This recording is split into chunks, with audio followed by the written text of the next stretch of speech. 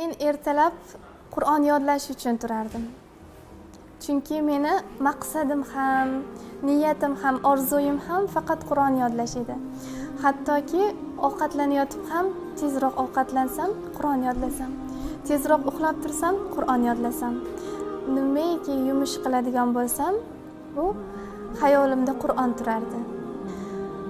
Bir kuni uyqudan uyg'onsam, bir ichimda qattiq og'riqni his qildim. Endi Allohning sinovi-da, ba'zida o'ylab qolaman, ushbu dard menga bejizga berilmagan ekan. Alhamdulillah, Allohning ushbu dardning orqasida bizga shunday go'zal mukofotlar bor ekanda.